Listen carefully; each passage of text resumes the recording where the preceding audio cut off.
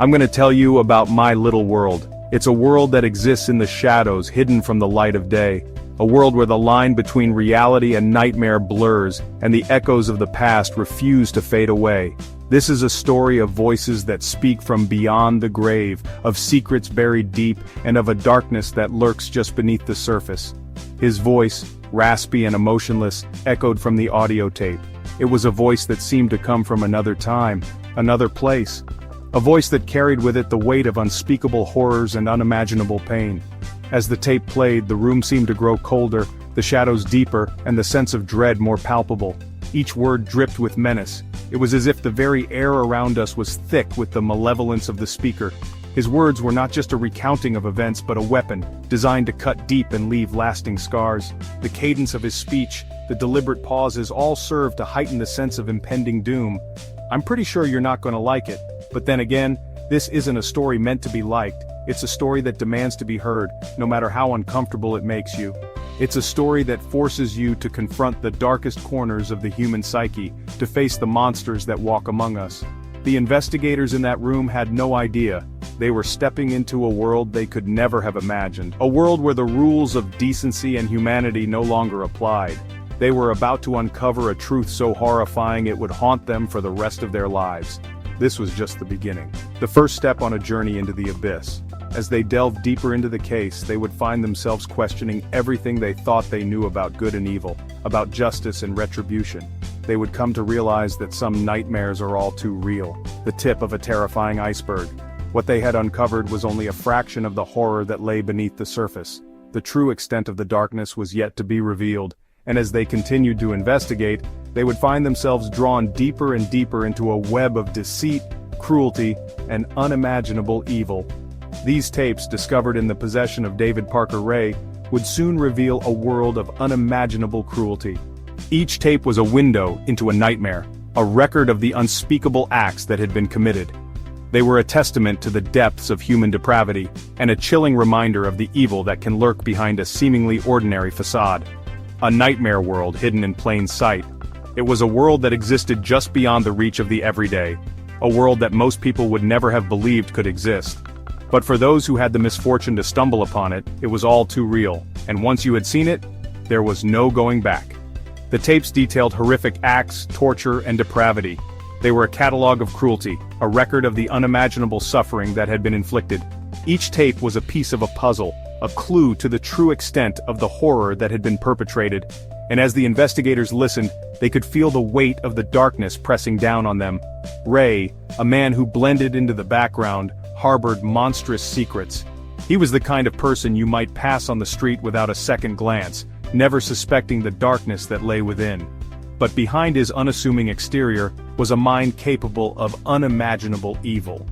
And as the investigators would soon discover, he had left a trail of destruction in his wake. He called himself the Toy Box Killer. It was a name that belied the true horror of his actions. For Ray, his victims were nothing more than playthings, objects to be used and discarded. And his toy box was a chamber of horrors, a place where nightmares became reality. His victims, he claimed, were countless. They were the lost and the forgotten, the ones who had slipped through the cracks. And for each one there was a tape, a record of their suffering. It was a legacy of pain and terror, a testament to the depths of his depravity. And the tapes, they were his trophies. They were his legacy. Each one was a reminder of the lives he had destroyed, the pain he had inflicted. They were a testament to his twisted sense of power, a record of his reign of terror. And as the investigators listened, they knew that they were hearing the voice of a monster.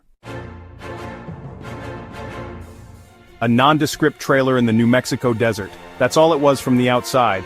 But inside it transformed into a torture chamber, a place meticulously designed to inflict the maximum amount of pain. Ray called it his toy box.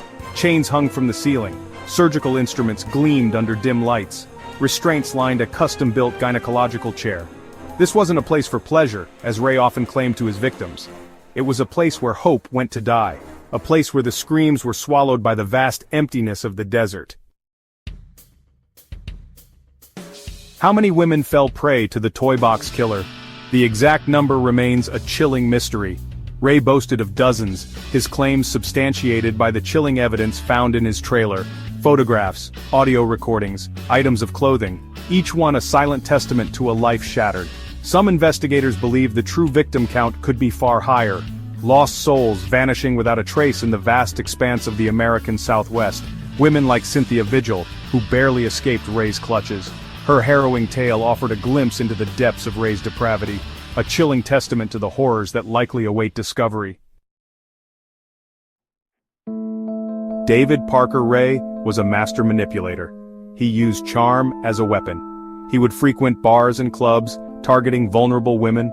He would offer them a good time, maybe some drugs, a promise of adventure. For women looking for escape, his words were a siren song. But the promise of pleasure was a cruel facade. Once he had his victims alone, the true monster emerged. He would drug them, transport them to his toy box, and their nightmare would begin. A nightmare that often lasted for days. Section 5 Accomplices. The hands of evil reach out. Ray didn't act alone. He had help. Willing accomplices who aided in his horrific crimes. His girlfriend Cindy Hendy became his most trusted accomplice. She would help restrain and torture the victims, her loyalty bought with promises and threats. Others played a part too. Friends, even Ray's own daughter, were drawn into his web of depravity. They became participants in the torture, their wills eroded by fear and manipulation. The Toy Box Killer's reign of terror was a chilling reminder that evil often has many faces. In 1999, after years of terrorizing innocent women, David Parker Ray's reign of terror finally ended. Known as the Toy Box Killer, Ray had constructed a soundproof trailer filled with horrifying devices designed to inflict pain and suffering. This trailer, which he chillingly referred to as his toy box, was the site of unspeakable horrors. Ray was a master manipulator, often luring his victims with promises of work or friendship. Once inside the toy box, these women were subjected to unimaginable torture.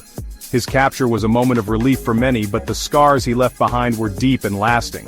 One of his victims, a young woman named Angelica Montano, managed to escape. Her bravery in the face of such terror was nothing short of miraculous. She had been held captive for days, enduring relentless torment, but she never gave up hope. Battered, broken but alive, she led police back to the toy box. The sight that greeted the officers was beyond their worst nightmares. The trailer was filled with instruments of torture, meticulously organized and ready for use. It was clear that Ray had been operating for years, and the extent of his crimes was staggering. The evidence they found was overwhelming. Diaries detailing his heinous acts, videotapes of his victims, and countless tools of torture. Each piece of evidence painted a picture of a man who took pleasure in the suffering of others. The sheer volume of evidence was enough to ensure that Ray would never see the light of day again.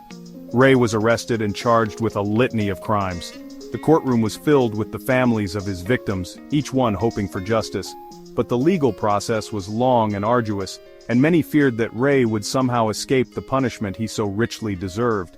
But he would never face justice for all of his sins. Despite the mountain of evidence against him, Ray maintained his innocence, showing no remorse for his actions. His cold, unfeeling demeanor only added to the pain of those he had hurt. He died in prison in 2002, taking many secrets with him to the grave. His death was sudden, and for many, it felt like an escape from the justice he deserved. The unanswered questions about his other potential victims haunted the investigators and the families alike. His death brought little comfort to the families of his victims. The pain of their loss was compounded by the knowledge that Ray had never fully paid for his crimes. The candlelight vigils held in memory of the victims were a somber reminder of the lives that had been shattered. It left a chilling question hanging in the air: how many more victims were there? The search for answers continues to this day, with investigators still trying to piece together the full extent of Ray's atrocities. The desert holds many secrets, and the true number of his victims may never be known. Cynthia Vigil still has nightmares. She can still hear the chains rattling, feel the sting of the whips. She was one of the lucky ones. She survived the toy box. Her story, a harrowing tale of survival, sent chills down the spines of hardened investigators. Cindy, as she prefers to be called, was lured to the toy box with the promise of a good time. She spent 3 days enduring unimaginable torture. But she never gave up hope. And when the opportunity to escape presented itself, she seized it. Her bravery not only saved her own life but also helped bring down a monster. The Toy Box Killer is dead, but the nightmare lives on. Too many questions remain unanswered, whispers in the wind of the New Mexico desert. How many victims were there? Were there other accomplices who escaped justice? What happened to the victims whose bodies were never found? The tapes, those horrific recordings, offer glimpses into Ray's twisted psyche, but they don't tell the whole story. They don't provide closure for the families still searching for answers. They don't erase the fear that lingers in the hearts of those who lived through the nightmare of the toy box. The toy box, that innocuous-looking trailer, has become a chilling symbol of depravity. It stands as a stark reminder of the horrors that can be hidden behind the most unassuming exteriors. This trailer, which once seemed like just another forgotten relic in the middle of nowhere, now holds a dark place in the annals of criminal history, a reminder that monsters can lurk behind the most ordinary facades. The toy box killer, David Parker Ray, lived among us, blending into the fabric of everyday life. His outward appearance and seemingly mundane existence masked the sinister activities that took place within the confines of his trailer. David Parker Ray's crimes shocked the nation. The sheer brutality and meticulous planning behind his actions left the public and law enforcement in a state of disbelief. The media coverage brought to light the extent of his depravity, painting a picture of a man who thrived on inflicting pain and suffering. They forced us to confront the darkness that can exist in the human heart. The psychological impact of his crimes extended far beyond his immediate victims, affecting the collective consciousness of society. It made us question the nature of evil and the depths to which a person can sink. His legacy is one of pain, fear, and unanswered questions. The remnants of his actions are like the broken doll, symbolizing the shattered lives of those he tormented. The unanswered questions about his motives and the full extent of his crimes continue to haunt us. But it is also a testament to the courage of the survivors. These brave individuals who endured unimaginable horrors have shown incredible strength in their journey towards healing. Their resilience serves as a powerful counterpoint to the darkness of Ray's actions. Women like Cindy Vigil, who refused to be silenced. Her testimony and the stories of other survivors have been instrumental in bringing awareness to the atrocities committed by Ray. Their voices have not only helped in seeking justice but also in empowering other victims to come forward. Their stories are a beacon of hope in the face of unimaginable darkness. The vigils and memorials held in their honor serve as a reminder of the enduring human spirit. They symbolize the light that can emerge even from the darkest of times, a reminder that even in the darkest corners of the world, the will to survive can prevail. The legacy of the toy box killer is not just one of horror, but also of the unyielding strength of the human spirit. It teaches us that no matter how deep the darkness, there is always a glimmer of light that can guide us towards hope and recovery.